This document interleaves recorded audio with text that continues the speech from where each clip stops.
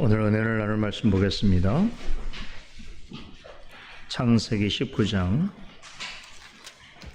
27절로 38절 말씀까지 봉독해 올리겠습니다.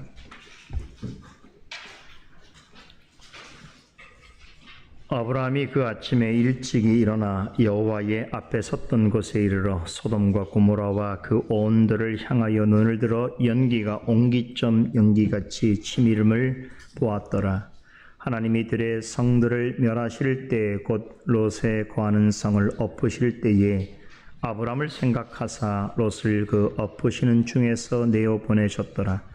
롯이 소알에 거하기를 두려워하여 두 딸과 함께 소알에서 나와 산에 올라 거하되 그 두 딸과 함께 굴에 거하였더니 큰 딸이 작은 딸에게 이르되 우리 아버지는 늙으셨고 이 땅에는 세상의 도리를 쫓아 우리의 배필을 댈 사람이 없으니 우리가 우리 아버지에게 술을 마시우고 동침하여 우리 아버지로 말미암아 인종을 전하게 하고 그 밤에 그들이 아비에게 술을 마시우고 큰딸이 들어가서 그 아비와 동침하니라. 그러나 그 아비는 그 딸의 눕고 일어나는 것을 깨닫지 못하였더라. 이튿날에 큰딸이 작은딸에게 이르되 어젯밤에는 내가 우리 아버지와 동침하였으니 오늘 밤에도 우리가 아버지에게 술을 마시고 내가 들어가 동침하고 우리가 아버지로 말미암아 인종을 전하자 하고 이 밤에도 그들이 아비에게 술을 마시고 작은딸이 일어나 아비와 동침하니라. 그러나 아비는 그 딸의 눕고 일어나는 것을 깨닫지 못하였더라. 롯의 두 딸이 아비로 말미암아 잉태하고 큰딸은 아들을 낳아 이름을 모압이라 하였으니 오늘날 모압 족속의 조상이요 작은딸도 아들을 낳아 이름을 벤암미라고 하였으니 오늘날 암몬 족속의 조상이었더라. 아멘.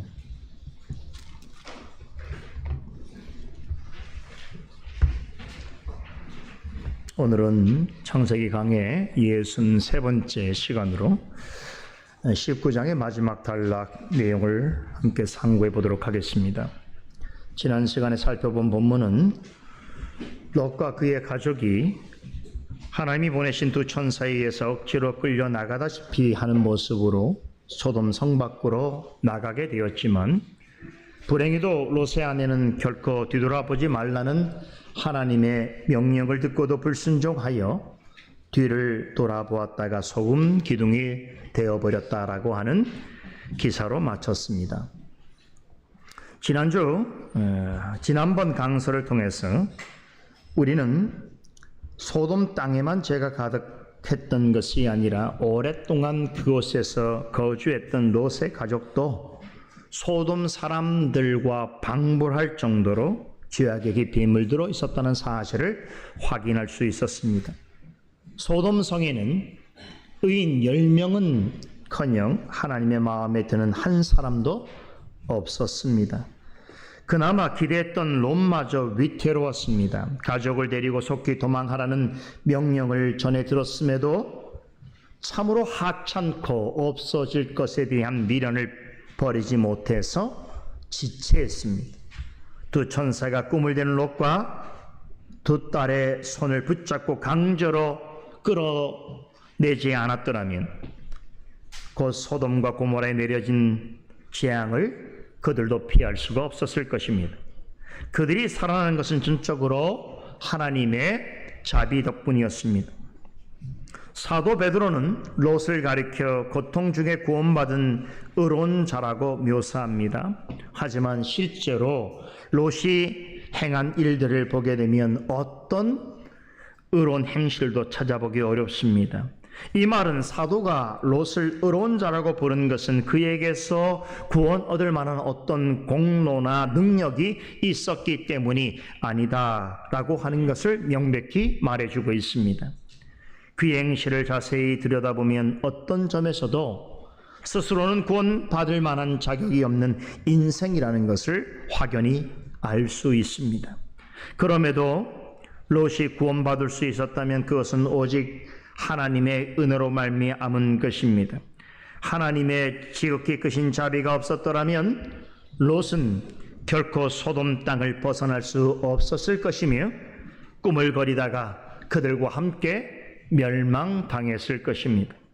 롯은 지금 당장 멀리 도망가라는 하나님의 명령을 듣고도 지체했지만 지난번에 살펴본 본문 16절 하반절의 표현대로 하나님께서 그에게 인자하심을 더하심으로 소돔 사람들과 같이 멸망하지 않게 하셨습니다. 하나님은 롯이 소돔에서 지내는 동안 무업하고 음란한 일들을 서슴지 않는 소돔 사람들로 인해서 늘 심령이 상해 있고 고통 가운데 있는 그를 강제로 이끌어내심으로 구원하셨습니다. 그러나 하나님은 롯의 아내에게는 롯에게 베푸셨던 그와 같은 자비를 그에게는 베풀지 않으셨습니다. 어떤 자에게는 공유를 베푸셨으나 또 다른 자에게는 공유를 베풀지 않으셨습니다.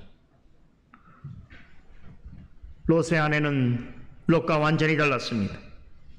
그녀는 소돔을 끔찍히도 좋아했습니다.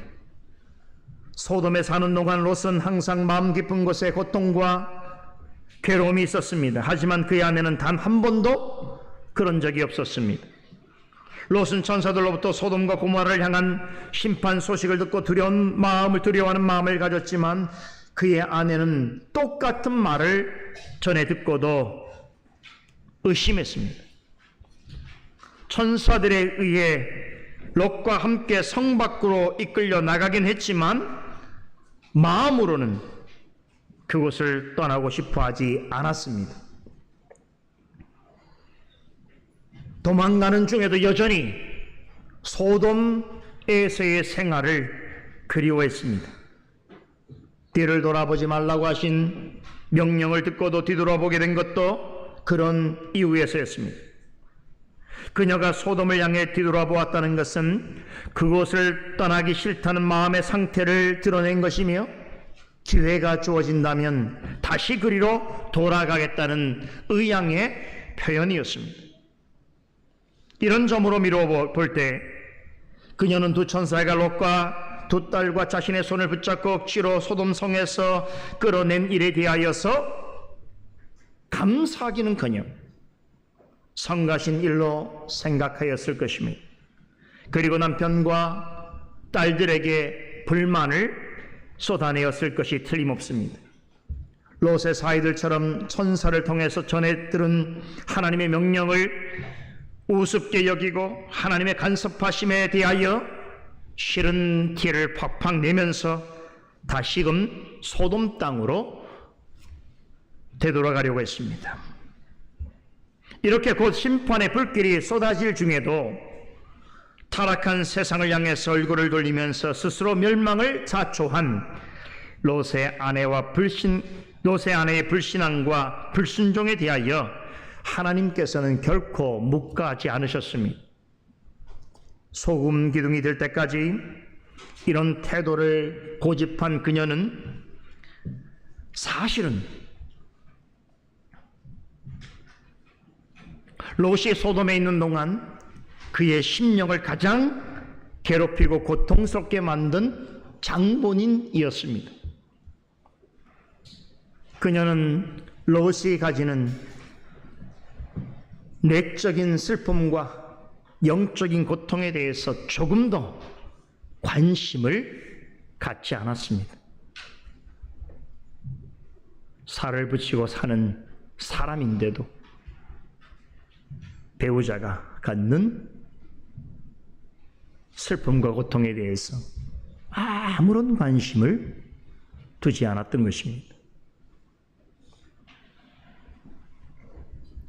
지금도 롯의 아내와 같은 이들이 있습니다. 자신 가까이 있는 신실한 성도로 인하여서 그 덕분에 하나님이 주시는 은혜와 복을 거저받아 누리고 있으면서도 그 일에 대하여 감사하는 마음을 갖기는커녕 늘 귀에만 있으면 불평하고 원망을 쏟아냅니다. 믿는 자와 정반대 방향으로 나아가기를 고집하면서 기회가 주어진다면 죄를 범하고 멸망의 길로 나아가려 합니다. 생의 마지막 순간까지 이같이 행하는 사람은 롯의 아내처럼 준엄하신 하나님의 최후 심판을 피할 수 없습니다. 지금 당장은 아무 일이 일어나지 않는 것 같고 많은 성공과 특권을 누리는 것 같이 보여도 인생의 마지막 순간까지 하나님과 완전히 상관없는 그런 삶의 태도를 가지고 육신의 정욕과 안목의 정욕과 이생의 자랑을 쫓는다면 롯의 아내와 같은 운명을 맞게 될 것이라는 것, 이것이 롯의 아내의 기사를 통해서 우리에게 주시는 한 가지 중요한 메시지입니다. 하나님은 모든 사람이 진리를 두려운 마음을 가지고 듣고 기억하도록 하시기 위해서 뒤를 돌아보지 말라고 하는 말씀을 어기고 뒤를 돌아본 그녀의 몸을 썩어 없어질 상태로 두지 아니하시고 마치 기념비를 세우듯이 후세에 길이길이 증거품으로 남겨질 딱딱한 소금 기둥으로 만드셨습니다. 이처럼 롯의 아내의 이야기는 믿는 자와 아무리 친밀한 관계를 유지하고 있다 하더라도 하나님의 말씀을 거역하고 말씀을 전하는 자의 충고를 거부하면서 자신의 마음속에 있는 양심의 소리까지 귀 기울이지 않는다면 결국에는 롯의 아내처럼 그 자신의 죄책으로 말미암아 영원한 심판을 피할 수 없게 될 것이라고 하는 사실을 경고해 주고 있습니다. 오늘 본문은 롯의 아내가 소금 기둥이 되어버린 이후에 연이어서 롯의 가정에 일어난 한 가지 끔찍한 사건을 다루고 있습니다. 지난주 강설 시간에서도 제가 잠시 언급을 했습니다만 오늘 본문에 나오는 이야기는 정말로 입에도 담기 싫은 그런 추악한 이야기입니다. 성경에 나오는 무수히 많은 사건 사고들 중에서 이토록 추잡한 이야기가 있을 수 있을까라고 하는 정도의 이야기입니다. 여러분, 오늘 우리가 살펴볼 이 사건이 있은 이후에 롯이 어떻게 된 줄 아세요? 롯은 창세기는 물론이고 구약 성경 어디에도 단 한 번도 언급되지 않습니다. 신약 성경 중에서 두 곳, 누가복음 17장에서 예수님께서 마지막 때를 비유하시면서 롯의 때와 롯의 아내에 대하여 언급하신 부분, 그리고 베드로후서 2장에서 사도 베드로가 소돔에 사는 동안 상한 심령으로 고통스러워하던 롯을 가리켜서 의로운 롯이다라고 묘사한 내용을 제외하고는 창세기 19장 이후로 롯과 그의 가족에 관한 이야기는 성경에서 완전히 사라집니다. 이 사건 이후에 롯이 어떻게 살았는지, 어디로 갔는지, 두 딸은 어떻게 되었는지 전혀 언급하지 않습니다. 따라서 오늘 우리가 살펴보는 롯에 관한 이야기는 성경에서 살펴보는 그에 관한 마지막 이야기입니다. 그럼에도 한 가지 확실한 사실이 있습니다. 롯은 구원받은 성도였다는 것입니다. 하지만 분명 구원은 받았지만 불과 유황이 쏟아지는 소돔에서 가까스로 건진받은 것 같이 겨우겨우 구원받았습니다. 일전에 이에 대해서 설명드린 기억이 있습니다만 사도 바울은 롯과 같은 구원을 고린도전서 3장 15절에서 불 가운데 얻는 구원으로 설명합니다. 여러분, 활활 타오르는 불 속에서 억지로 꺼낸 타담한 장작 하나를 생각해 보세요. 홀랑 다 타버리진 않았지만 일부는 불에 타서 없어지고 일부는 연기에 거슬려서 형체가 온전치 않은 장작처럼 구원은 받았지만 사는 동안에 구원받은 자로서의 기쁨과 영광을 맛보기는 커녕 죄로 인해서 끊임없이 징계를 당하고 사람들과의 관계는 어그러지고 파손되고 외롭고 슬프고 괴로운 날이 계속되었어. 죽지 못해 사는 사람처럼 지내다가 삶의 마지막 순간에 겨우 영혼만 구원받는다고 생각해 보십시오.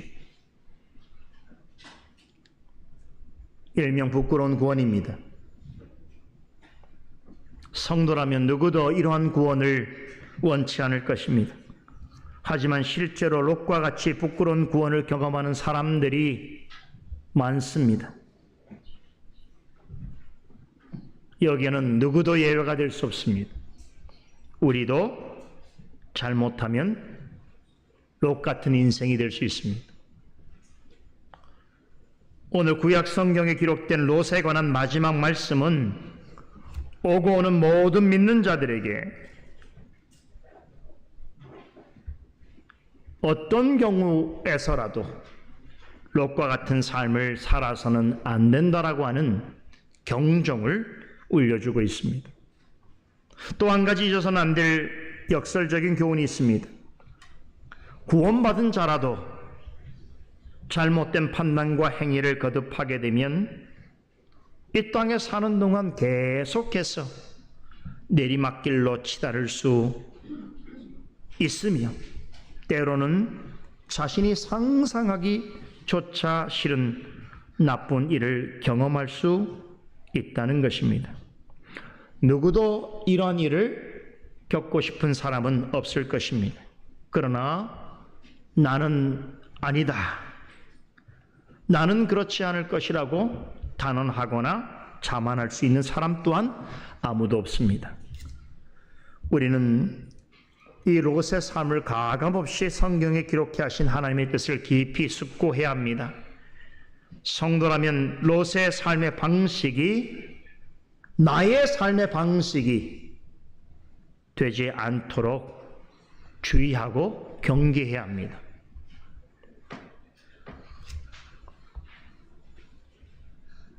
오늘 본문은 크게 내용적으로 두 부분으로 나눌 수 있습니다. 첫 번째는 27절에서 29절입니다. 그동안 잠시 잊혀졌던 아브라함이 등장합니다. 그런데 매우 독특한 점이 있습니다. 갑자기 아브라함에 관한 이야기가 나옵니다. 그런데 그는 아무 말도 하지 않습니다. 아브라함이 등장하면서 한마디도 하지 않은 유일한 것입니다. 아브라함은 롯에게 일어난 일에 대하여 아무것도 모르고 있습니다. 정황상으로 보게 될 때 아마도 아브라함은 롯이 소돔 사람들과 함께 멸망한 것으로 알고 있었을 것입니다. 그럼에도 이 구절을 놓쳐서는 안 될 아주 중요한 이유가 있습니다. 여기서 롯이 구원받은 자라고 하는 아주 명백하고도 확실한 근거를 제시해 주고 있기 때문입니다.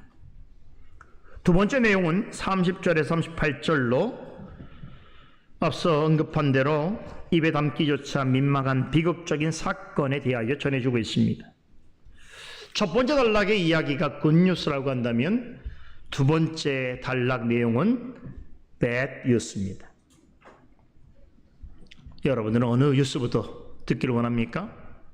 굿뉴스입니까? 배드뉴스입니까? 시간의 흐름상으로 볼 때 순서대로 살펴보는 것이 맞습니다만 제가 생각하기에는 하나님이 전하시는 핵심적인 내용의 관점에서 보게 된다면 저는 순서를 바꿔서 살펴보는 것이 더 좋다 이렇게 생각이 듭니다. 그래서 여러분과 함께 bad news부터 살펴보도록 하겠습니다.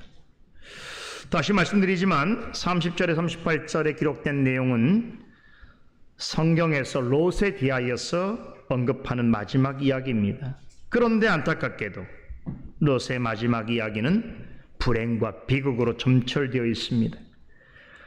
지금부터 살펴볼 롯에 관한 마지막 이야기는 구원받은 자랄지라도 하나님이 주시는 믿음으로 살려 하지 아니하고 자신의 어리석음을 쫓아 행하게 될 때에 영적으로 심지어는 육체적으로 얼마나 깊은 나락 가운데로 떨어질 수 있는가 하는 것을 명확하게 보여주고 있습니다.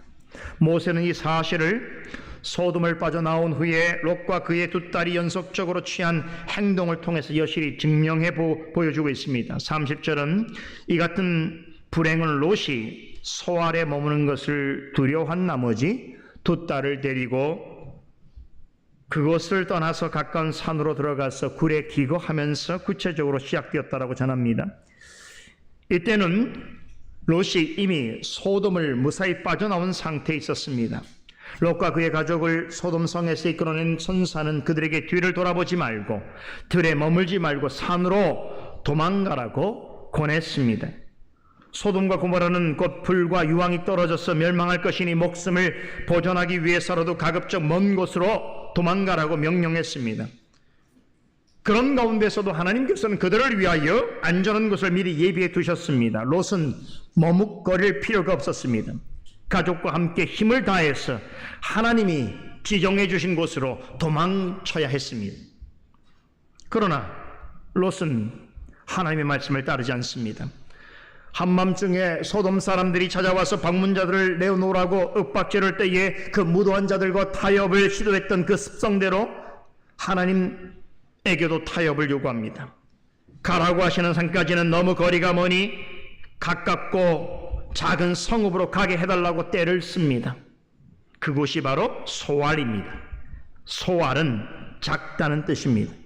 그 성을 소알이라고 부른 것은 소돔성에 비해서 작은 성읍이었기 때문입니다.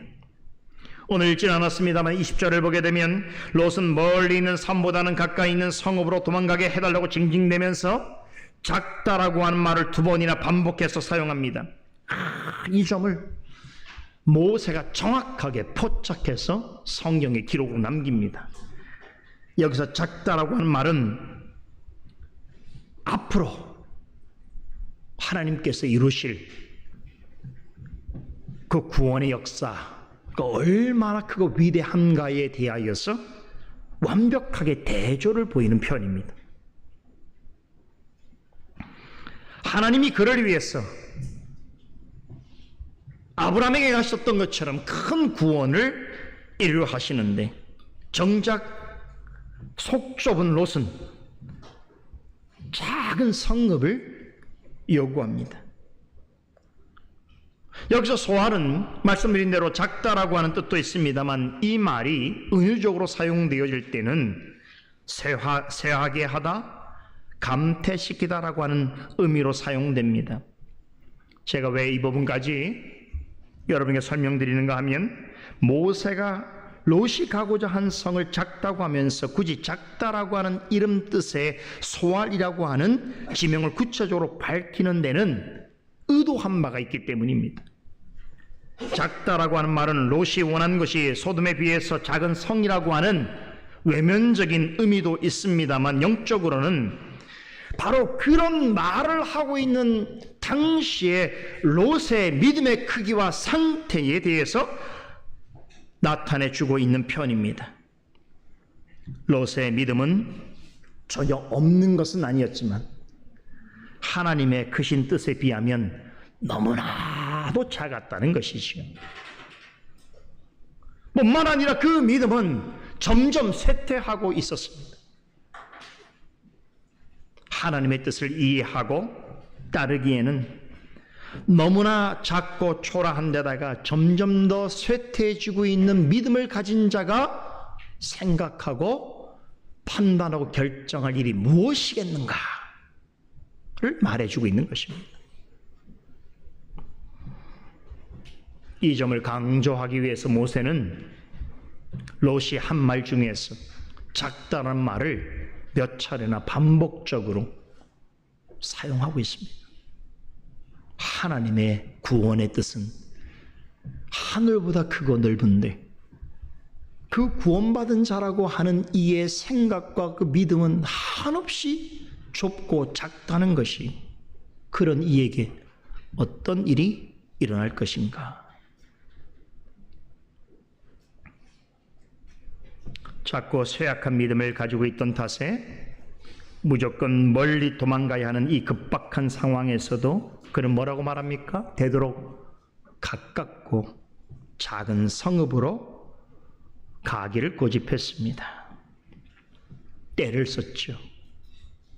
어리석은 생각이 부족한 어린아이처럼 굽니다.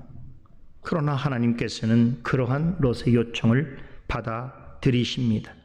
이후에 좀 더 설명드리겠습니다만 하나님께서 롯의 요구를 들어주신 까닭은 롯 때문이 아닙니다. 롯이 아니라 아브라함 때문입니다. 아브라함은 롯이 도망가는 중에도 그를 위해서 기도하고 있었습니다. 하나님께서는 그런 아브라함을 기억하고 계셨습니다. 아브라함의 간구를 기억하시사 롯을 불과 유황의 심판으로부터 건져내셨는데 롯은 정작 이 사실을 전혀 모르고 있었습니다. 지금 나에게 되어지는 어떤 일들이 누군가가 나를 위하여 기도하는 그 기도를 하나님이 기억하셔서 되어지고 있다는 것을 정작 자신은 모르고 있는 것이지요. 우리도 그럴 때가 있습니다. 내가 하려고 하는 일들이 내 힘으로만 되는 일들이 아니에요. 교회를 세우는 일은 더더욱 그렇습니다. 우리의 힘만으로, 우리의 생각만으로, 경험만으로 되어지는 것이 아니에요. 자칫 우리도 롯처럼 하나님께서 나와 가정과 교회를 통하여 이루실 그 위대하고 광대한 구원의 크기보다 너무나 작고 심지어 쇠퇴해져가는 믿음으로 겨우겨우 버티고 있는 중에 있을 때에 그럼에도 하나님께서 그런 자를 통하여 구원의 일을 행하실 때에 그것은 바로 그 사람 때문이 아니라 그를 위하여 기도하고 있는 자들의 기도를 들으심으로 그들을 기억하심으로 그 일을 이루실 때가 있습니다. 지금 그와 같은 상황인 거예요.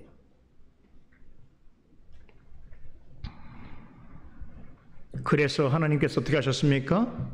롯이 요구했던 작고 가까운 성까지 이를 때까지 거기에 안전이 확보될 때까지 심판을 유예하셨어요. 그 사실을 모르고 있는 롯과 그의 가족은 밤새 달려서 해가 동토올 쯤에야 소알에 도착합니다. 그러자 마치 알람을 맞춰 놓은 듯이 그제서야 소돔과 고모라의 불과 유황이 비같이 쏟아졌습니다. 소돔과 고모라 성에 살고 있는 모든 사람들과 그 주변 들과 땅에 존재하는 모든 생명 있는 것들은 그 순간 완전히 멸절되었습니다. 그런데 하나님께서는 롯이 피신한 소알은 심판하지 않으셨습니다. 그 덕분에 롯과 두 딸은 생명을 보존할 수 있었습니다. 그럼에도 롯은 소돔 땅에서 극심한 우울증과 두려움 가운데 있었습니다. 아마도 혹시라도 심판의 불이 여기까지 번지지 않을까라고 하는 불안감 때문이었을 것입니다. 하여 그곳을 떠나기로 결심합니다. 롯은 하나님의 약속을 기억하지 못했습니다. 생각해 보세요. 그럼에도 만약에 그 소알 땅을 떠나야만 했다면 어떻게 하는 것이 바람직했겠습니까? 하나님이 원래 가라고 하신 곳으로 가야 하지 않았겠습니까? 그러나 롯은 이번에도 어리석게 행동합니다. 그 같은 형편이었다면 다음 중에 하나를 선택하는 것이 옳았을 것입니다. 하나님께 기도하면서 뜻을 묻든지 아니면 아브라함에게로 되돌아가든지 했어야 했지요. 만일 그게 아니라면 소알에 그대로 머물러 있어야 했습니다.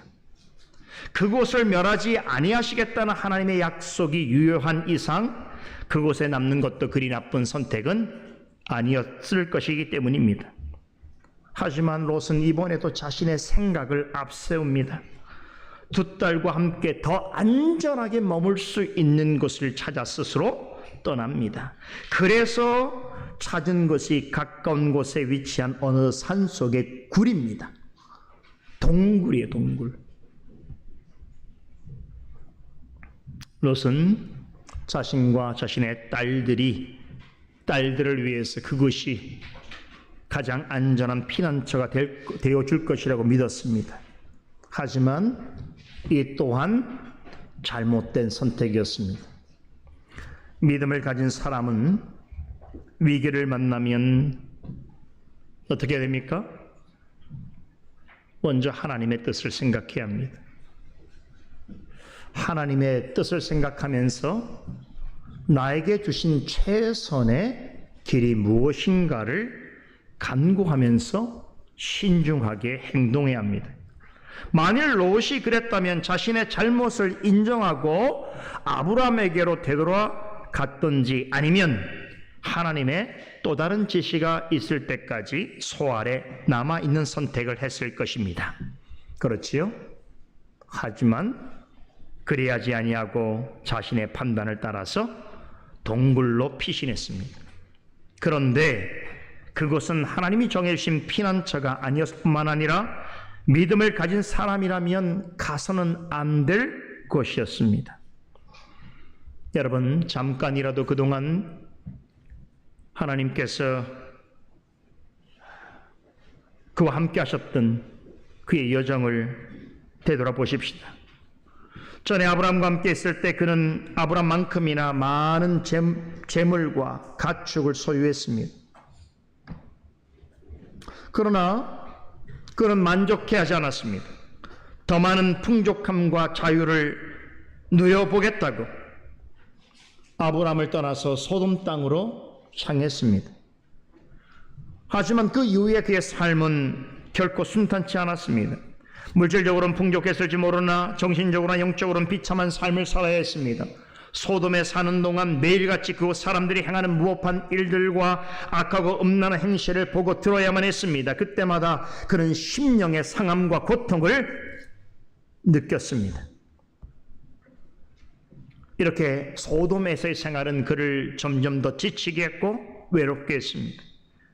그는 모두에게서 마치 소외된 자처럼 지내야만 했습니다. 그렇게 참담한 마음으로 세월을 보내던 중에 하나님의 자비하심을 입어 소돔이 멸망하기 직전에 건짐을 받아서 더 넓은 평지로 나오게 되었습니다. 소알은 시야가 탁 트여 있는 평원에 있었습니다. 여기서 조금만 더 인내하고 기다렸다면 하나님이 지정해 주신 피난처로 옮겨갈 수 있었을 것입니다. 그러나 그것도 참지 못하는 것이죠. 그래서 또다시 비좁고 어두운 굴 속으로 들어갑니다. 하나님께서 천사들을 통해서 온갖 죄악이 가득한 소돔에서 건져내셨는데 하나님 앞으로 나아가든지 아브라함에게로 돌아가든지 하지 아니하고 다시금 자기 발로 어둡고 침울한 동굴 속으로 들어가서 또다시 자신을 가두어 버렸습니다. 최악의 선택을 하게 된 것이. 하나님은 꺼내주셨는데 도로 어둠 속으로 자기 발로 들어가게 된 것이죠. 여러분, 창세기 13장 내용을 기억해 보십시다. 하나님께서 롯을 떠나보낸 이후에 아브라함에게 이렇게 약속하셨지요. 너는 눈을 들어 너 있는 곳에서 동서남북을 바라보라. 그러면서 보이는 땅을 내가 너와 내 자손에게 주리라. 너는 일어나 그것을 종과 행으로 행하여 보라. 내가 그것을 내게 주리라 라고 하는 약속의 말씀을 듣습니다. 그때 아브라함이 자신의 장막을 헤브론에 있는 마므레 상스리 숲을 근처로 옮겨서 제단을 쌓고 하나님을 경배하게 되는데 바로 이것이 창세기 18장에서 하나님께서 두 천사와 함께 사람의 모습으로 아브라함을 찾아오신 그곳입니다. 이 장막에서 아브라함은 그동안 귀로만 듣던 하나님을 눈으로 배웠게 됩니다. 하나님의 말씀대로 동서남북 어디로든지 갈 수 있었던 아브라함처럼 하나님과 함께하는 사람은 어느 곳으로 가든지 가능성이 열려 있습니다. 어디를 가든지 형통하게 되어 있습니다. 하지만 롯은 하나님과 함께하는 이 열린 가능성과 형통함을 포기했습니다. 그리고는 두 딸을 이끌고 깊은 어둠 속으로 들어갔습니다. 롯과 그의 가족에게 불행한 일들은 항상 그들이 어둠 속에 있을 때에 일어났습니다. 소돔에서 폭도들이 몰려와서 난동을 부릴 때도 어둠이 짙어오던 밤이었습니다. 소돔을 빠져나오는 길에 아내가 소금 기둥이 된 것도 밤이었습니다. 소돔과 고모라에 임한 불심판도 깊은 밤중에 일어났습니다. 그리고 동이 터울쯤에 소홀에 도착합니다. 하지만 롯은 하나님이 예비해 두신 피난처로 행하지 아니하고 또다시 어둠이 가득한 굴로 들어갔습니다. 여러분, 롯과 그의 가족의 이야기에 있어서 밤과 어둠은 단순한 시간적이거나 공간적 배경만을 의미하는 것이 아닙니다. 죄와 비참과 불행을 상징하는 일종의 메타포, 은유입니다. 그들이 어둠 속에 있을 때에 그들은 항상 불행한 일을 겪었습니다. 하나님은 어둠 속에 있는 롯과 그의 가족을 끄집어내셨는데 롯은 두 딸과 함께 다시 어둠 속으로 들어갔습니다. 바로 그 행동은 앞으로 일어나게 될 큰 불행을 예고하는 하나의 복선이었습니다. 이런 관점에서 볼 때 본문 30절에 롯이 두 딸과 함께 굴에 거주하였다라고 하는 말은 결코 예사롭지 않습니다. 이것은 그가 아브람 곁을 떠나기 전에 맛보았던 번영과 아브람과 함께 있을 때 축복을 받아 누리던 것과는 완벽하게 대조되는 모습입니다. 롯은 소돔과 고모라에서 건짐을 받았음에도 이후로 계속해서 내리막길로 가고 있었습니다. 그러한 롯의 삶은 구원받은 자라 할지라도 하나님과의 영적인 교제를 저버리고 세상의 이익과 자신의 욕망을 쫓게 될 때에 스스로 어떤 비참한 처지로 자신을 내모는가를 여실히 보여주고 있습니다. 롯은 하나님이 예비해 놓으신 피난처로 가지 않고 이전보다 더 비좁고 더 어두운 좁은 동굴 속에 자신을 딸들과 함께 가두어 버렸습니다. 자, 이런 모습을 볼 때 어떻습니까? 롯이 왠지 좀 불쌍해 보이지 않습니까? 롯을 보면서 일말의 동정심도 느끼지 못한다면 그것은 아마 너무 감정이 메말라 있는 것인지도 모르겠습니다. 생각해 보세요. 그는 살자고 번영하자고 성공하자고 간 소돔 땅에서 그의 모든 것을 다 잃었습니다. 재산도 잃고 아내도 잃었습니다. 이제 남은 것이라고는 자신의 늙은 몸뚱아리 하나 그리고 신랑감을 잃어버린 두 딸, 그밖에 없는데 무슨 삶의 희망과 의지를 가질 수 있겠습니까? 이런 상태에 누구하고 친밀한 교제를 나누고 싶은 마음이 있겠습니까? 어떻게 마음의 평정심을 가질 수 있겠으며 자신의 삶을 후회하지 않을 수 있겠습니까? 그러다 보니 사람들을 다 피해서 홀로 있을 만한 적막한 곳을 찾아 가다 보니 결국 동굴로 들어갈 수밖에 없었던 것이고 그곳에서 지낼 수밖에 없었다라고 할 때에 어느 정도 이해할 수 있는 부분도 있습니다. 하지만 그렇다고 해서 문제가 해결되는 것은 아닙니다. 롯이 구원받은 성도임에도 불구하고 이렇게까지 추락할 수밖에 없었던 문제의 원인은 어디 있는가? 그것은 다른 사람에게 있지 않습니다. 그 자신에게 있습니다. 하나님에 대한 믿음, 말씀에 대한 신뢰, 그것이 부족했거나 때로는 전무했기 때문입니다. 그는 지금까지 여러 차례 하나님의 자비하심의 은혜를 입었습니다. 그럼에도 단 한 번도 아브람처럼 행동하지 않았습니다. 여러분, 롯이 하나님께 감사해야 하는 것을 본 적이 있습니까?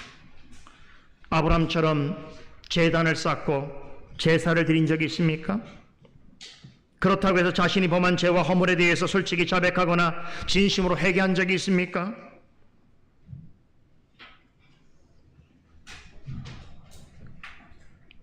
그는 그 어떤 상황에서도 하나님에게로 혹은 아브라함에게로 되돌아오려고 애쓰지 않았습니다. 그래서 어떤 신학자는 롯을 누가복음 15장에 나오는 탕자와 비교합니다. 탕자 역시 아버지의 집을 떠나서 타락한 세상에서 허랑방탕하게 지내다가 모든 재산을 다 잃고 되지보다 못한 신세가 되어서 결국에는 아버지를 찾아가게 됩니다. 하지만 롯은 이 탕자보다 못했습니다. 탕자는 자신의 잘못을 뼈저리게 각성했습니다. 아버지에게 돌아가서 자신의 죄를 자백했습니다. 아버지에게 더는 자신을 아들이라 하지 말고 종으로 여겨주시되 아버지 곁에 머물러 있게 해달라고 간청했습니다. 그런 반면에 롯은 탕자보다 더 놀라운 은혜를 맛보았고 더 기적적인 일을 경험했음에도 탕자처럼 하지 않았습니다. 그런 점에서 저는 확실히 롯은 탕자보다 못한 신자다라고 생각합니다. 구원받았음에도 무엇을 하든지 신중하지 못하고 분별력이 없으며 늘 자기중심적인 롯의 처신은 결국 거듭 말하지만 입에 담기조차 싫은 비극적인 일을 초래하게 됩니다. 본문 31절에 38절은 아버지와 딸들 사이에 일어난 근친상간의 죄악상을 낱낱이 고발하고 있습니다. 이 일은 성경에 기록된 최초의 근친상간입니다. 롯과 두 딸이 도망쳐 나온 소돔성은 성적으로 매우 부도덕한 도시였습니다. 이곳에서는 동성애는 흔한 일이었습니다. 그런데 그것으로부터 겨우 도망쳐 나온 롯과 두 딸은 어둠이 창궐한 굴 속에서 그보다 더 심각한 죄악을 저지릅니다. 바로 근친상간입니다. 두 딸은 아버지가 자신들을 위해서 애써 찾아준 굴에서 얼마간 함께 지냈습니다. 어느 날 롯의 두 딸은 아버지 몰래 사악한 음모를 꾸밉니다. 큰딸이 작은딸에게 이렇게 말합니다. 우리 아버지는 늙었고 우리에게는 남편 될 사람이 없으니 우리가 아버지에게 술을 먹여서 관계를 맺고 우리의 자손을, 우리의 후손을 이어나가자라고 제안합니다. 혹시라도 앞으로 있게 될 비난을 염두해서였든지 이렇게 행하는 것은 세상의 도리를 쫓는 것이라고 강조합니다. 세상의 도리를 쫓는다는 말은 자신들이 행하고자 하는 이 행동은 음란하거나 외설적인 목적에서 행한 것이 아니라 소돔과 고모라에 거주하는 사람들이 다 멸절한 상황에서 종족 보존을 위해서 어쩔 수 없는 최선의 선택이었다라고 하는 점을 애써 강조하는 것입니다. 자신들에게는 정당한 명분이 있다는 것이죠. 둘째 딸은 첫째의 제안을 받아들입니다. 그리하여 두 딸은 아버지에게 술을 먹인 후로 인사불성이 된 아버지와 이틀 동안 차례로 관계를 맺게 됩니다. 그리고 각각 아이를 임신하게 됩니다. 신학자들 중에는 이렇게 말하는 이들이 있습니다. 이런 두 딸의 행위는 잘못된 것이지만 이런 일을 하게 된 숭고한 동기는 이해해 주어야 한다라고 말합니다. 무슨 말인가 하면 젊디 젊은 여성인데다 정상적으로 남자를 만나서 결혼할 수 없는 상황에서 성적인 욕망에 의한 것이 아니라 종족 보존이라고 하는 인류애적인 사명을 가지고 행한 일이기에 무조건적으로 그녀들을 비난할 수 없다는 것이지요. 그녀들의 생각도 존중해 줄 필요가 있다는 것입니다. 이렇게 성경 해석하는 분들이 있어요.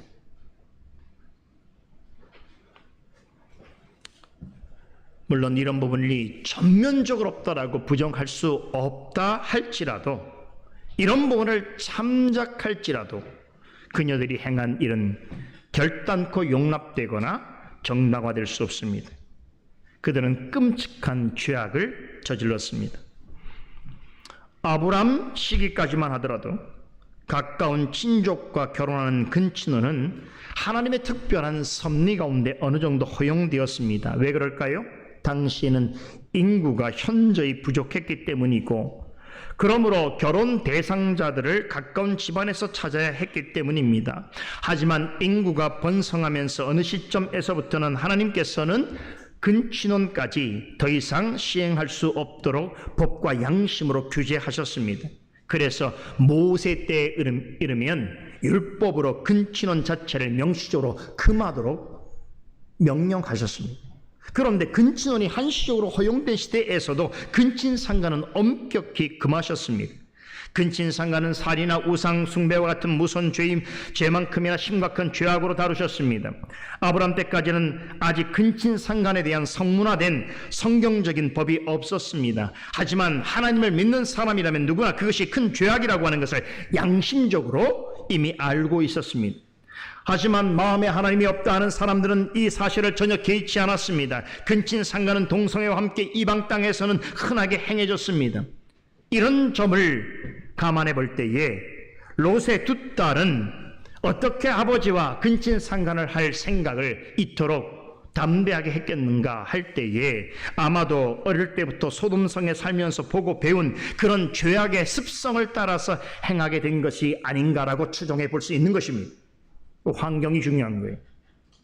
어릴 때 무엇을 보고 듣고 자랐는가 하는 것이죠. 두 딸은 이 근친상간이 죄악이라는 사실에 대하여 전혀 모르고 있지 않았습니다. 양심적으로 그것이 죄가 된다는 것을 이미 알고 있었습니다. 어떻게 우리가 확인해 볼 수 있을까요? 그렇지 않았다면 아버지에게 굳이 술을 먹여서 정신을 잃게 만들어서 그런 일을 행하려고 하지 않았을 것입니다. 아버지 모르게 은밀하게 음모를 꾸밀 생각도 하지 않았을 것입니다. 이것은 무엇을 의미합니까? 그것이 인간으로서는 해서는 안 되는 매우 수치스럽고 추잡한 것이라는 것을 그녀들의 양심은 이미 말하고 있었다는 것이지요.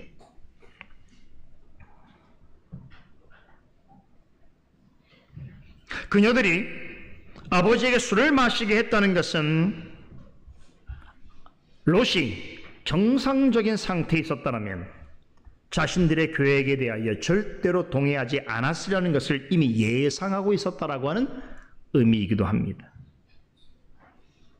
두 딸의 행동은 용서받기 어려운 죄악이었다는 것을 말해주는 더 확실한 증거가 있습니다.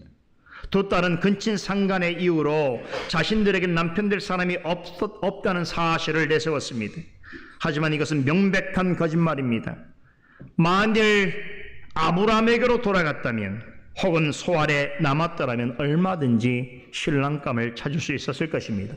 아브라함에게는 많은 식솔들이 있었습니다. 소알 땅에는 여전히 적지 않은 사람들이 살았습니다. 그녀들은 얼마든지 정상적이고 합법적인 방법을 통해서 가정을 이룰 수 있었습니다. 그런데도 근친상간을 선택했습니다. 그런 점에서 두 딸은 확실히 롯보다 더 불신앙적이었고 훨씬 더 타락한 이방 문화에 깊이 물들어 있었다는 것을 알 수 있습니다. 그렇다면 롯은 어땠는가? 이 당시 롯의 심리 상태도 매우 좋지 않았습니다. 롯이 동굴로 들어갔다라고 하는 것 자체가 그의 심리 상태를 말해주고 있는 것이에요. 하나님은 그를 어두웠던 소돔 땅에서 건져내셔서 넓은 평원이 있는 지역으로 동서남북 어디든지 볼 수 있는 곳으로 인도해 주셨는데 다시 그가 굴 속으로 들어갔다는 것은 그의 심리 상태가 어떠함을 말해주고 있습니다. 매우 좋지 않은 상황이었던 것이지. 그는 구원받은 자임에도 불구하고 그가 하는 선택과 결정은 영적으로 점점 더 어두운 곳을 향하고 있었습니다. 이 추악한 사건에 있어서 딸들의 죄악은 너무나 분명합니다. 하지만 그에 못지않게 롯의 잘못 또한 작다고 할 수 없습니다. 딸들이 소돔의 타락한 문화를 접하고 그 속에서 영향을 받으면서 자라게 된 근본 원인이 누구에게 있겠습니까? 롯에게 없다고 할 수 없습니다. 그가 아브라함의 장막을 떠나서 고집하면서 인간적인 행복과 세속적인 성공을 바라면서 자신의 삶의 터전으로서 소돔의 환경을 택하지 않았더라면, 다시 말해서 아브라함의 장막을 떠나지 않고 그와 함께 영적인 순례자의 삶을 살았더라면 이와 같은 끔찍하고 비극적인 일은 일어나지 않았을 것입니다. 소돔으로 이주한 후로 롯은 가족들에게 경제적으로 많은 것을 제공해 주었는지는 몰라도 영적으로는 어떠한 선한 영향도 조금도 끼치지 못했습니다. 우린 그 사실을 소돔에서 롯의 가족의 삶의 방식을 통해서 확인해 볼 수 있습니다. 롯은 항상 혼자였습니다. 한 가족이라고 말하기에는 무색할 정도로 각자 자신의 방식대로 살았던 것이 사사시대처럼 자신의 소견에 오른 대로 그렇게 지냈습니다. 아내는 아내대로, 딸들은 그들대로 소돔 생활에 최적화된 방식으로 살았습니다. 그런 거로 롯은 항상 혼자였던 것입니다. 롯이 소돔 사람들이 행하는 무법하고 음란한 행실을 보면서 매일같이 고통을 호소하면서 텅 빈 가슴을 안고 소돔 성문에 앉아서 홀로 시간을 보내고 있을 때에 그의 아내와 딸들은 무엇을 했습니까? 소돔 사람들하고 즐거운 생활을 보냈던 것입니다.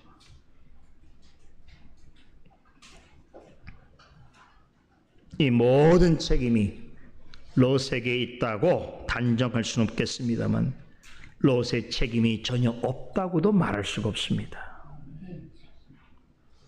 그가 조금만 더 신중하게 좀 더 지혜로웠다면 이토록 큰 비애는 맛보지 않았을 것입니다. 죄악의 도시 소돔에서 빠져나왔다면 이전처럼 어리석고 부주의한 행동을 반복하지 말아야 했었는데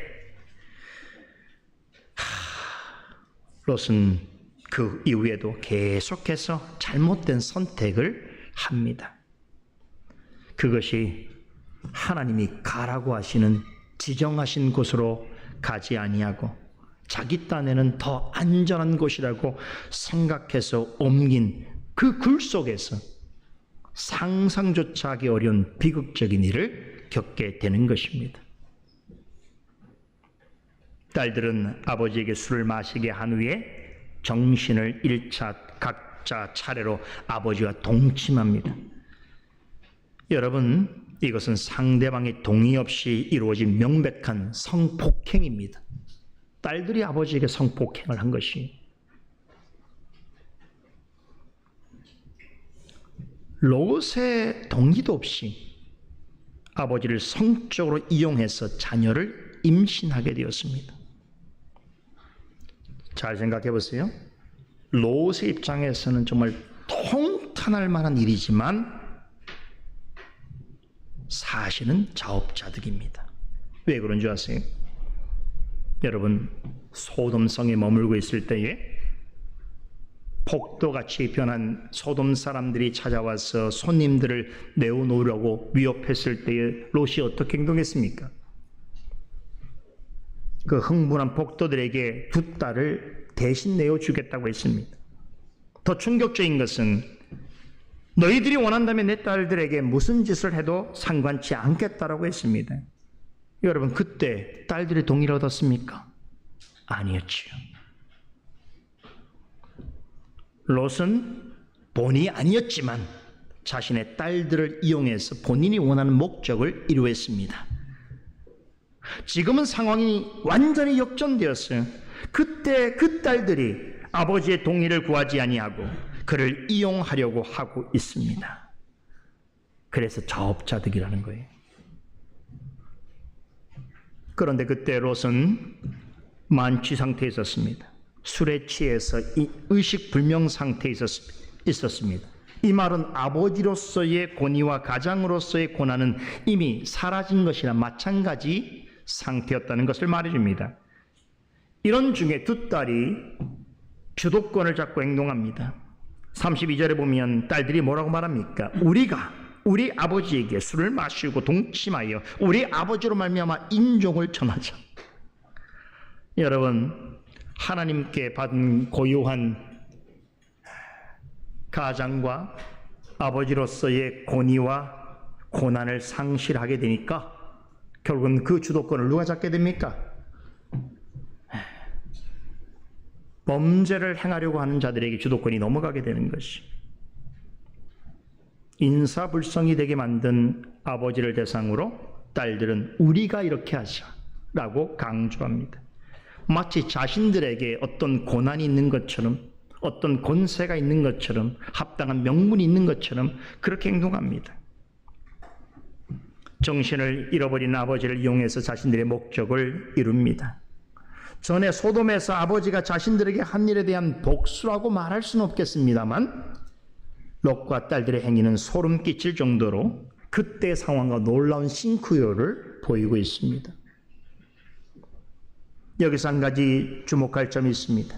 모세는 롯의 딸들이 이런 추잡한 행위를 하게 된 의도를 반복해서 전해줍니다. 32절과 33절을 보면 그들이 롯에게 술을 먹여 동침한 것은 아버지로 말미암아 인종을 전하자라는 의도였다는 것이지요.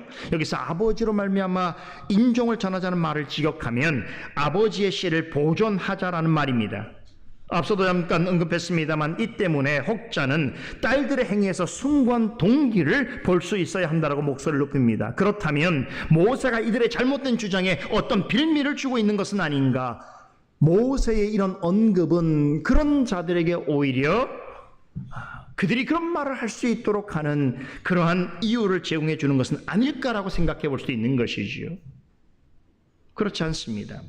모세가 롯의 딸들의 행위를 전하면서 그들이 말한 우리가 우리 아버지의 씨를 보존하자라고 하는 그들의 의도, 그들의 생각을 두 번이나 반복해서 언급하는 이유가 있습니다. 그것은 바로 아브람과 사라의 믿음의 행위와 그들의 행동과 대조하기 위해서입니다. 아브람과 사라는 갈대아우르를 떠날 때부터 수차례 많은 후손을 약속받았습니다. 그러나 각각 99세와 89세가 될 때까지 자녀를 갖지 못했습니다. 그로 인해서 두 사람은 한때 고민하고 좌절하기도 했습니다. 하지만 하나님께서는 약속하신 대로 아브람이 100세, 사라가 90세에 되던 해에 이삭을 주셨습니다. 이로써 하나님은 죽은 자와 방불했던 몸에서조차 생명을 잉태하게 하시는 그런 전능하시고 신실하신 언약의 하나님이라는 사실을 온 천하에 분명하게 확인시켜 주셨습니다. 아브람과 사라는 사람의 태를 여시고 생명을 주시는 이는 오직 여호와 하나님이심을 뼈저리게 깨닫게 되었을 것입니다. 하지만 롯의 딸들은 어떻습니까? 생명과 후손을 얻는 것을 사람이 행하는 일로 생각하고 있습니다. 사람이 스스로 선택하고 결정하면 생명을 낳을 수 있다라고 생각하며 후손을 이어갈 수 있다라고 확신했습니다. 이들에게는 아브람과 사라가 하나님과 그분의 약속에 대해서 가졌던 그 믿음은 조금도 찾아볼 수가 없습니다. 아브람과 사라는 하나님이 약속하신 생명을 얻기 위해서 오랫동안 기다려야 했습니다. 그 과정에서 자신들의 죄와 불신앙을 깨닫고 고백하면서 하나님을 더욱 의지하게 되었습니다. 그러한 중에 생명을 주관하시고 보존하시는 분은 오직 여호와 하나님이신 것을 깨닫고 그 하나님을 찬송하고 경배했습니다. 그러나 롯의 두 딸은 그들과 달라도 너무나 달랐습니다. 생명을 얻고 후손을 이어가는 일과 관련해서 그녀들은 단 한 번도 하나님에 대해서 혹은 아브람과 롯에 대해서 언급하지 않습니다.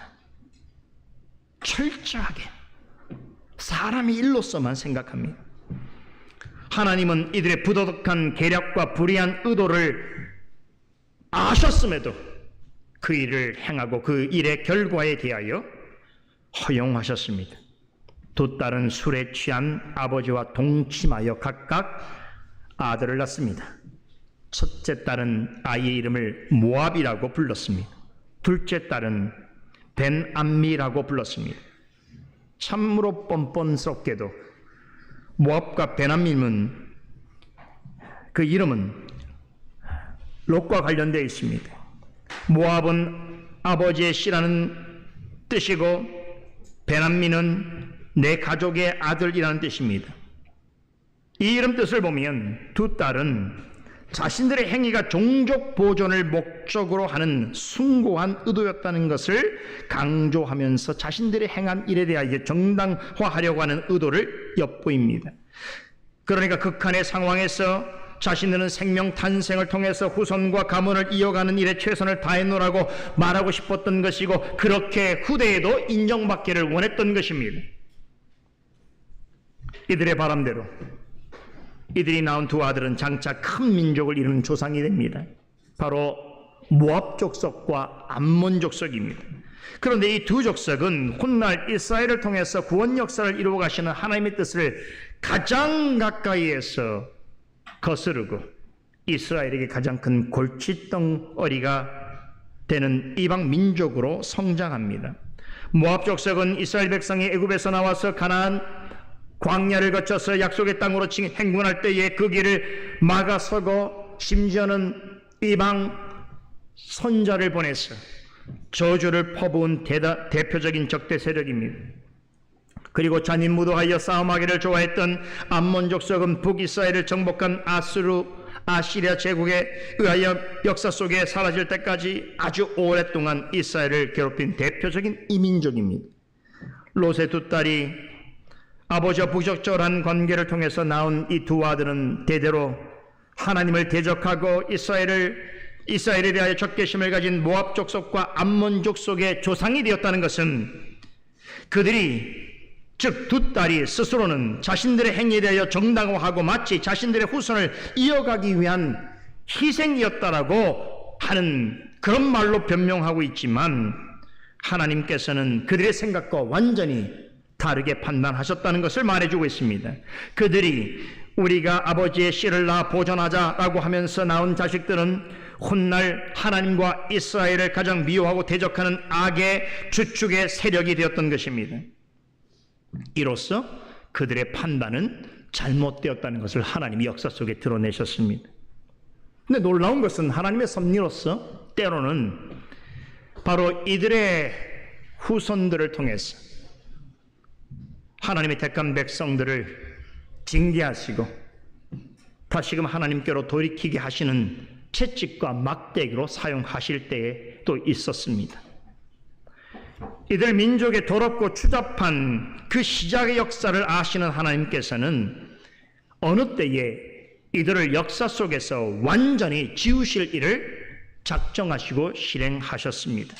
이런 하나님의 계획을 전해들은 아모스 선자는 모압 족속과 암몬 족속의 멸망에 관한 하나님의 예언을 아주 생생하게 기록하여 전하고 있습니다.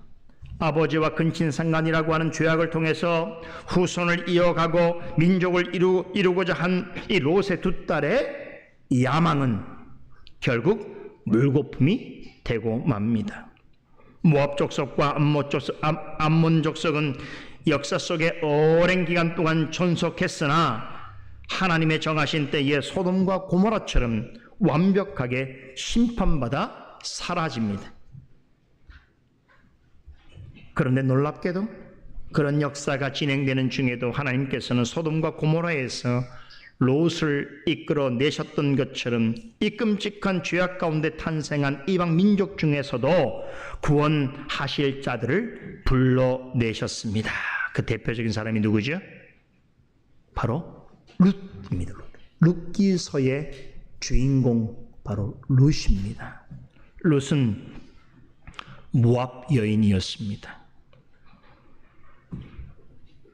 모압으로 이주한 나오미를 만나서 베들레헴으로 함께 돌아온 룻은 보아스를 만나 그와 결혼하게 되죠. 그리고 나서 다윗 왕과 예수 그리스도의 조상이 됩니다. 하나님께서 룻에게 행하셨던 것처럼 모압과 암몬같이 하나님을 대적하는 민족이 멸망하기 전에 이방 땅에 흩어져 있는 택한 백성들을 구원하시는 역사는 차질 없이 진행되었습니다. 그런 역사가 지금도 계속해서 진행되어지고 있습니다. 죄에 대한 심판이 진행되는 중에도 하나님께서는 롯과 룻처럼 언약 가운데 택하신 자들을 구원하시는 일에 있어서 조금의 실수나 실패함이 없이 목적하시는 일을 완벽히 마침내 이루어가고 계십니다. 그런데 한 가지 흥미로운 점이 있습니다. 생물학적으로 보면 두 딸이 낳은 모압과 베남미의 아버지는 누구입니까? 룻입니다. 하지만 하나님은 그 일에 대하여 더는 그에게 책임을 묻지 아니하십니다. 본문에서도 두 딸이 동침하여 아이를 낳은 일에 대해서 룻은 어떤 상태에 있었다고 말합니까? 깨닫지 못했다, 몰랐다라는 말입니다. 이 말을 두 번이나 강조하고 있습니다. 누가 기억납니까? 노아의 일이 기억나지요. 노아가 포도주에 취해서 벌거벗은 채 잠들어 있을 때에 그것을 그의 아들 함이 보고 다른 형제들에게 알렸습니다. 이것은 분명 노아의 실수였지만 하나님께서는 그 일에 대하여서는 침묵하십니다. 오히려 그의 부끄러운 모습을 형제들에게 알린 함의 후손들을 저주하게 하십니다. 이와 같은 일이 롯과 그의 두 딸에게도 똑같이 재현됩니다. 롯은 딸들이 먹인 술 때문에 자신에게 무슨 일이 일어났는지 전혀 알지 못했습니다. 딸들이 자신과 동침한 사실도 알지 못했습니다. 이 비극적인 사건에 롯의 원인이 없다고 할 수는 없겠지만 하나님께서는 딸들의 괴락에 의해서 범한 죄에 대하여 그 책임에 대해서는 묻지 않으셨습니다. 비록 롯이 하나님의 뜻을 묻지 아니하고 동굴에 들어와서 지내게 되었지만 그와 같은 방식으로 자녀를 얻는 것은 그가 원한 일은 결코 아니었습니다. 여러분 생각해 보세요. 만약에 롯이 자신의 생각과 상관없이 그의 의도와 상관없이 발생한 모든 일에 대하여 다 책임을 그가 져야 한다면, 하나님께서 그에게 책임을 물으신다면 살 수 있었겠습니까? 존재할 수 없는 것이죠. 명백히 내가 잘못한 일도 있지만 때로는 내가 의도하지 아니했고 생각하지 못한 잘못에 대해서도 하나님께서 다 책임을 명백히 물으신다면 우리는 살아날 수 없습니다. 그 사실을 보여주시기 위해서 이 끔찍한 일을 행했으나 그는 알지 못한 일에 대해서는 하나님께서 더 이상 말씀하지 아니하십니다. 그의 실수로만 남겨두시는 것입니다. 이게 자유로운 하나님이십니다. 그럼에도 지금까지 살펴본 롯의 행실 중에서 칭찬받을 만한 부분은 우린 전혀 찾아볼 수 없습니다. 그에 관한 기사는 우리에게 어떻게 해야 한다는 긍정적인 교훈보다는 그래서는 안 된다는 부정적인 교훈을 주는 데 초점이 맞춰 있습니다. 롯의 이야기는 구원받은 자라도 그와 같이 살아간다면 얼마나 깊은 수렁에 빠질 수 있으며 얼마나 수치스럽고 고통스러운 나락으로 떨어질 수 있는가를 증거하고 있습니다. 그런 점에서 롯은 우리의 삶과 신앙의 모델로 삼아서는 안 될 사람입니다. 이런 이유로 롯은 이 사건 이후에 말씀드린 것처럼 다시 성경에 언급되지 않습니다. 모세는 이후에 그의 삶과 그의 여정에 대해서 추적하지 않습니다. 구원받은 사람 중에도 그 이름이 불려질 때에 그때마다 모든 사람들에게 그를 기억하게 해서 기쁨과 소망과 감사가 되는 사람이 있어서 그 이름을 더 부르고 싶은, 그런 더 추억하고 싶은 이가 있는가 하면 롯처럼 그 이름을 기억할 때마다 그와 함께 있었던 부끄럽고 수치스러운 일이 같이 떠올라서 모두를 위해서라도 그 이름을 더 이상 부르지 않는 것이 좋겠다고 생각할 만한 사람이 있습니다. 어떤 사람이 되기를 원하십니까? 그러므로 우리 롯에 대하여 어느 정도의 동정심을 가지게 되더라도 신앙에 있어서는 그와 분명히 선을 그어야 합니다. 그의 삶과 신앙을 닮으려 해서는 안 됩니다. 아브라함은 정면교사로 삼는다면 롯은 우리의 방면교사로 삼아야 합니다. 지금까지 창세기에 나오는 롯에 관한 마지막 말씀을 전해드렸습니다. 이제 롯에 대해서 생각해 볼 마지막 한 가지 질문에 대해서 묻고 답하면서 오늘 강서를 마칠까 합니다. 어떻게 탕자보다 못한 롯 같은 사람이 구원받을 수 있는가 하는 것입니다. 사도 베드로는 무슨 근거로 롯을 구원 얻은 의로운 자라고 불렀는가 하는 것이지요. 여기에 대한 답변이 본문 29절에 나옵니다. 우리 29절을 한 목소리로 다 같이 읽겠습니다. 하나님이 들의 성들을 멸하실 때에 곧 롯에 거하는 성을 엎으실 때에 아브라함을 생각하사 롯을 그 엎으시는 중에서 내어 보내셨더라. 하나님이 롯을 구원하신 이유를 말해줍니다. 그것은 롯을 생각해서가 아니라는 것이지요. 누구를 생각했기 때문입니까? 아브라함을 생각했기 때문입니다. 본문에 생각하다라고 하는 말의 원뜻은 기억하다입니다.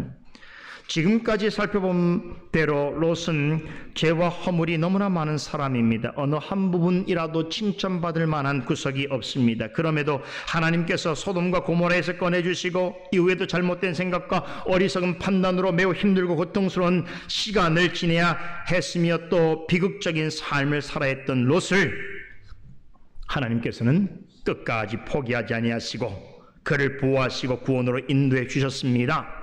왜 그렇게 하셨을까요?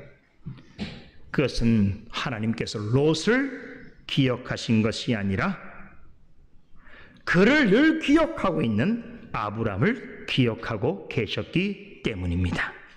여기서 아브람을 기억한다라고 하는 말에는 두 가지 의미가 있습니다. 첫째는 아브람과 맺으신 영원한 언약을 항상 기억하고 계신다는 것이고, 둘째는 롯을 위해 간구한 중보자적인 사명을 감당한 아브람의 기도를 기억하고 계셨다라는 뜻입니다.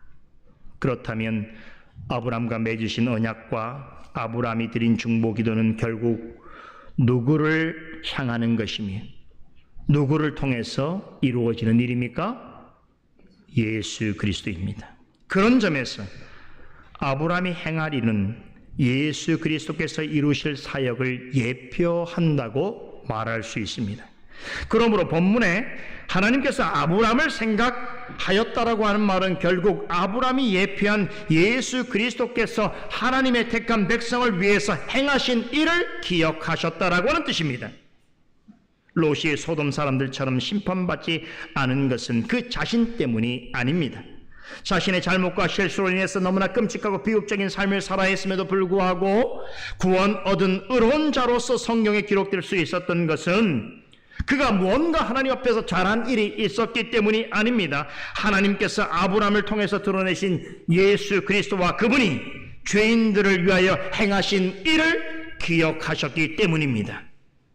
예수님이 십자가에서 걸린 그 보혈은 용서받지 못할 죄가 없습니다. 용서받지 못할 자가 없습니다. 예수님을 의지하고 그분에게로 나와서 그분을 구주여 주님으로 영접한다면 롯과 같은 사람뿐 아니라 그보다 더 더럽고 추잡한 생을 산 사람일지라도 구원 얻을 수 있습니다. 왜 그렇습니까? 그리스도께서 우리가 범한 모든 죄에 대한 벌을 대신 받으셨기 때문입니다. 또한 롯이 죄 중에 있을 때에도 아브라함이 조카 롯을 기억하여 기도하였듯이 예수 그리스도께서는 지금도 하늘 우편에서 우리를 위하여 항상 중보하고 계시기 때문입니다. 이러하신 예수 그리스도께서 우리의 구주요 주님으로 우리와 함께 계시는 한 우리의 구원은 영원할 것을 믿습니다. 기도하십시다.